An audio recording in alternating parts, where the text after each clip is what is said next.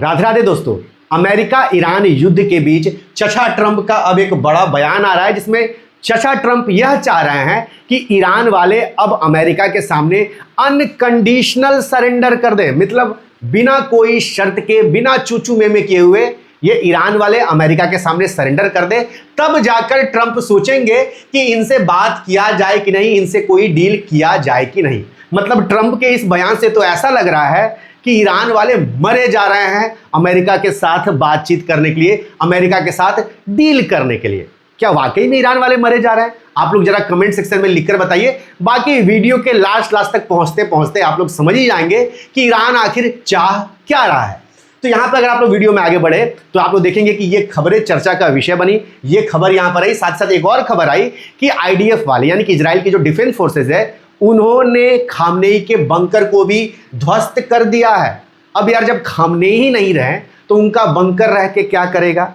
तो यहाँ पे क्या सुर्खी बनाने की जरूरत थी कि खामनेई के बंकर को हमने ध्वस्त कर दिया? मेन आदमी को ही ध्वस्त कर दिए, बंकर ध्वस्त किए तो कौन सी बहुत बड़ी बात होगी। खैर, अब आते हैं उस खबर पर जो कि चर्चा का विषय बनी हुई है। दरअसल यहाँ पर ईरान के जो फॉरेन मिनिस्टर हैं अब्बास अरागीची, इनसे भाई साहब मीडिया बाइट लिया गया। यह पूछा गया कि आपका क्या कहना है इस युद्ध के बारे में, जो यूएस बोल रहा है कि आप पे ग्राउंड इन्वेजन कर देगा।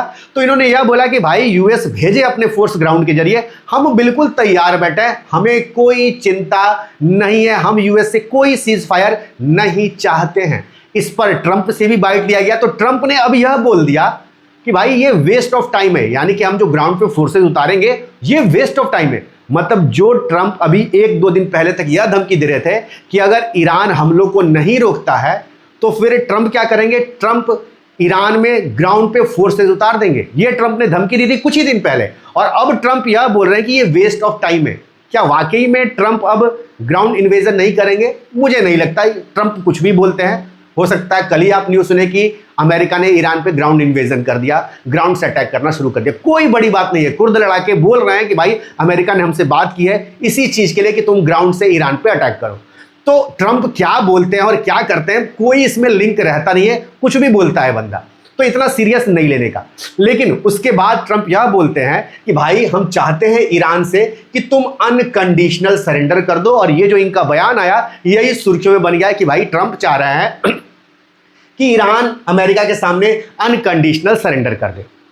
अब आप खुद देखिए इन आंकड़ों को, इन खबरों को, और बताइए कि क्या ईरान सरेंडर करेगा अमेरिका के सामने। यहां पर देखिए, जब से युद्ध शुरू हुआ 1 हफ्ते बीत चुके हैं अब तक, और इन पहले 1 हफ्तों में खबरें यह हैं कि जो अमेरिका की सेंट्रल कमांड है, जो कि गल्फ कंट्रीज में ऑपरेट करती है, ये इस सेंट्रल कमांड ने 3000 टारगेट्स जो हैं वो स्ट्रक किए हैं इस ऑपरेशन एपिक फ्यूरी के जरिए। मतलब ये जो ईरान पे इन्होंने हमला किया, इसको नाम दिया है ऑपरेशन एपिक फ्यूरी। ये कहना है यूएस की सेंट्रल कमांड का कि हमने ईरान के 3000 टारगेट्स जो हैं वो स्ट्रक डाउन किए हैं। और इन 3000 टारगेट्स में उनके 43 ईरानियन शिप्स वगैरह हैं, कई सारे शिप्स डिस्ट्रॉय किए हैं, कई लोग हमने मारे हैं। ठीक है, ये इनकी तरफ से बयान किया जाए। अब 3000 टारगेट्स ये लोग ईरान के अंदर किए हैं, तो क्या ईरान इनको ऐसे ही जाने देगा? ईरान एक पावरफुल कंट्री है, मैं आपको पहले बता देता हूं। ये वेनेजुएला की तरह नहीं है कि आप प्रेसिडेंट को उठा के लेके चले जाएंगे। मार तो दिए, लेकिन ये भाई साहब पीछे हटने वाला नहीं है। और जिस तरीके से ईरान के अंदर अब भूकंप आ रहे हैं, ये डर बैठे कि ऐसा तो नहीं कि ये कहीं अपना परमाणु बम का परीक्षण कर रहा। भाई साहब ये पूरे चांसेस है अब, क्योंकि पहले खबर थी कि 60% तक इन्होंने यूरेनियम एनरिच कर लिया है, कुछ जगहों पे कि भाई साहब 60% से ज़्यादा तक एनरिच कर लिया है। हो सकता है कि किसी का साथ मिल गया और ये भाई साहब टेस्ट करना शुरू कर दिया हो, क्योंकि जिस तरीके से भूकंप आ रहे हैं, 2 बार भूकंप आ चुके हैं, तो कुछ भी हो सकता है। तो कहीं ना कहीं ये डर तो यूएस को भी होगा भाई साहब। खैर, आगे बढ़ते हैं। यहाँ पर अभी कल रात की ही बात है, कल रात में ही इजराइल ने 80 फाइटर जेट्स के जरिए 250 के आसपास म्यूनिशंस जो हैं वो ईरान के अलग अलग जगहों पर दागे हैं। कई सारे म्यूनिशंस दागे इन्होंने, बमबारी खूब दबा के की है, जिसमें लोगों की जानें गई हैं। जी हाँ, जिसमें लोगों की जानें गई हैं। आप देखिए, जिसमें बात करें तो आईआरजीसी की मिलिट्री यूनिवर्सिटी पे इन्होंने टारगेट किया है, स्टोरेज साइट जहां पर लॉन्च इंफ्रास्ट्रक्चर है वहां पर इन्होंने टारगेट किया है, अंडरग्राउंड साइट जहां पर मिसाइल्स, बैलिस्टिक्स मिसाइल्स के मैन्युफैक्चरिंग होते हैं वहां पर इन्होंने टारगेट किया है, और साथ साथ कई अदर लोकेशंस पे इन्होंने टारगेट किया, जिसमें खबरें हैं कि कई सारे लोगों की जाने गई हैं।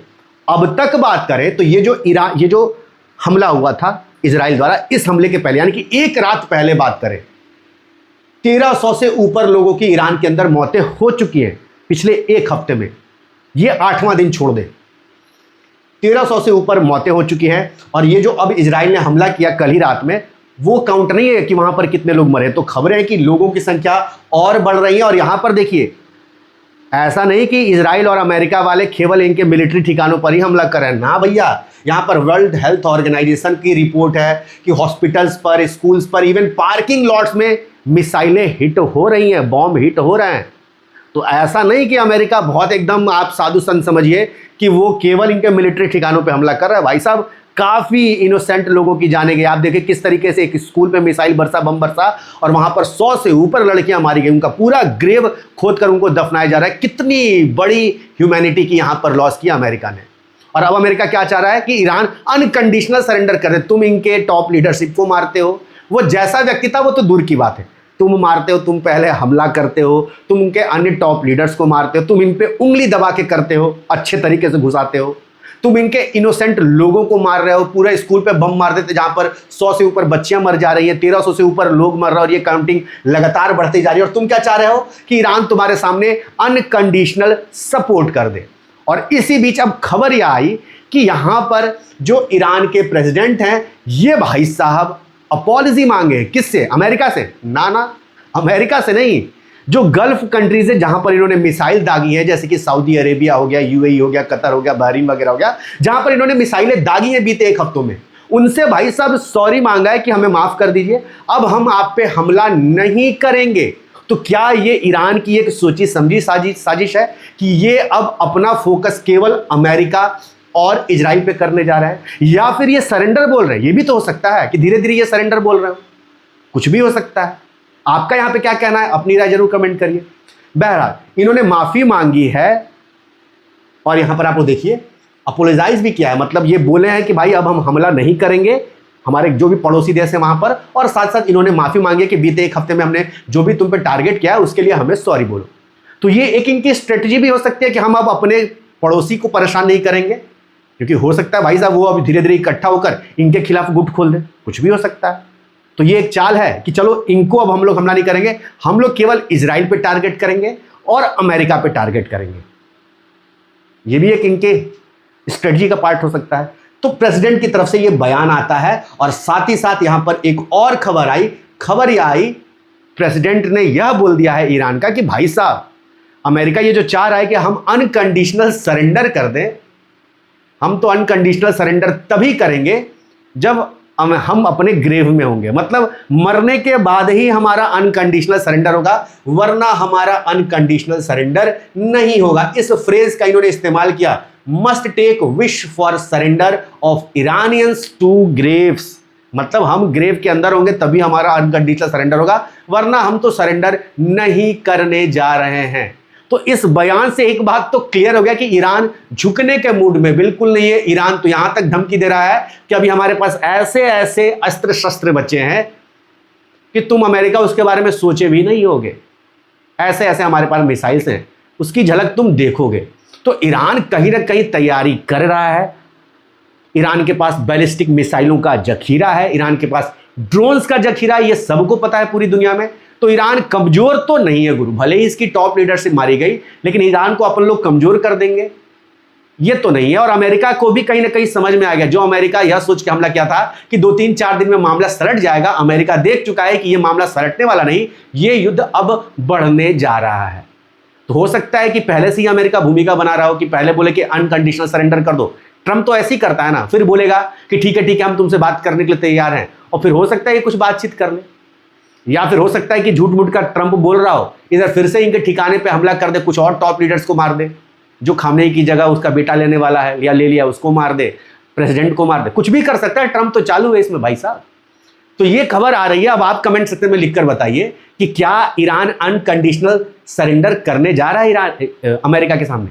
बाकी देश दुनिया से जुड़ी ऐसे खबरों के लिए, जियो पॉलिटिक्स के लिए हमारा ये जो चैनल है शेखर राजपूत अनफिल्टर्ड, इसको आप लोग सब्सक्राइब करिए, क्योंकि हमारा नया चैनल है, ये नया परिवार है, इस परिवार को बड़ा बनाना है।